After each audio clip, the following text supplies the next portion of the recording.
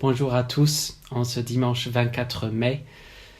Encore une fois, malheureusement, et nous avons un peu l'habitude maintenant, nous ne pouvons pas nous réunir pour répondre à l'appel du Seigneur à nous rassembler pour lui rendre un culte aujourd'hui.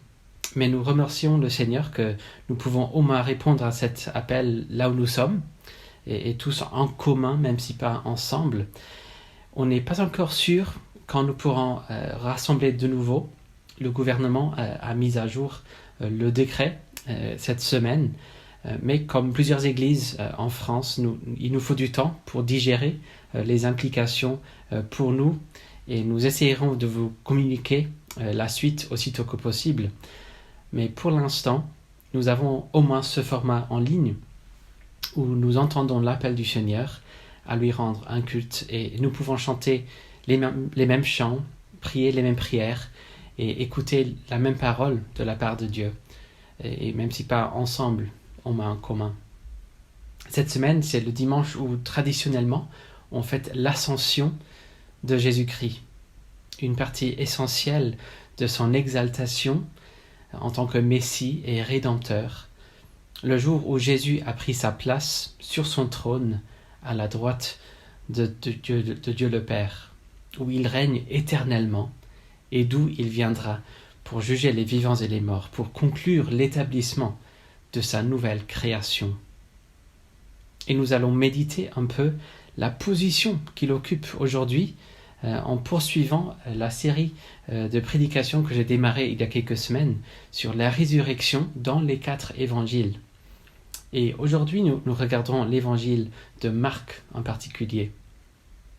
Et l'évangile de Marc démarre avec 2 citations prophétiques. Il mélange 2 citations en fait, et il nomme le prophète Ésaïe, mais en fait il s'agit de 2 citations dans Ésaïe 40 et Malachie 3. Et le prélude que nous venons d'écouter, tiré d'un motet de Bach, était basé sur ces versets 3 et 4 de Ésaïe 40. Voici une traduction du texte de ce motet. Une voix se fait entendre, ample et large dans le désert, pour convertir tous les hommes, préparer la voie au Seigneur.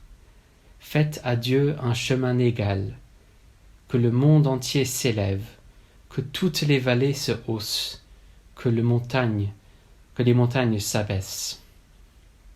Et tout comme Dieu a préparé la voie du Seigneur Jésus, nous voulons nous rappeler aussi qu'il vaut le coup de préparer nos cœurs aussi pour louer le Seigneur et pour entendre ce qu'il a à nous dire ce matin. Donc prenons quelques instants de réflexion et de prière pour demander au Seigneur d'être à l'œuvre en nous ce matin.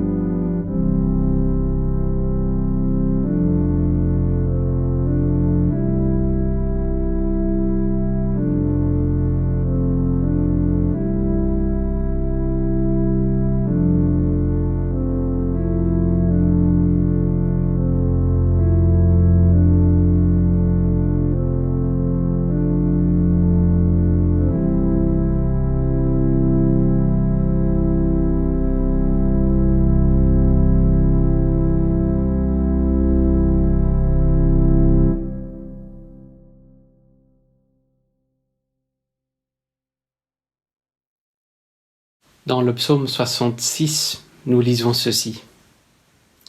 Lancez une clameur vers Dieu, habitants de toute la terre. Psalmodiez à la gloire de son nom, rendez-lui gloire par la louange.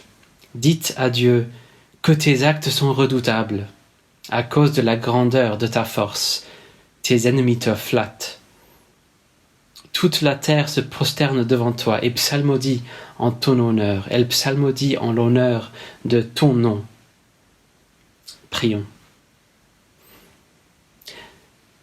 Notre Dieu trois fois saint, Père, Fils et Saint-Esprit, nous te louons et nous reconnaissons que tu es digne d'être loué par tous les habitants de la terre. Ton nom, tout ce que tu es, est glorieux. Tes actes sont redoutables, notamment les œuvres que tu as faites en notre faveur, en Jésus-Christ notre Sauveur.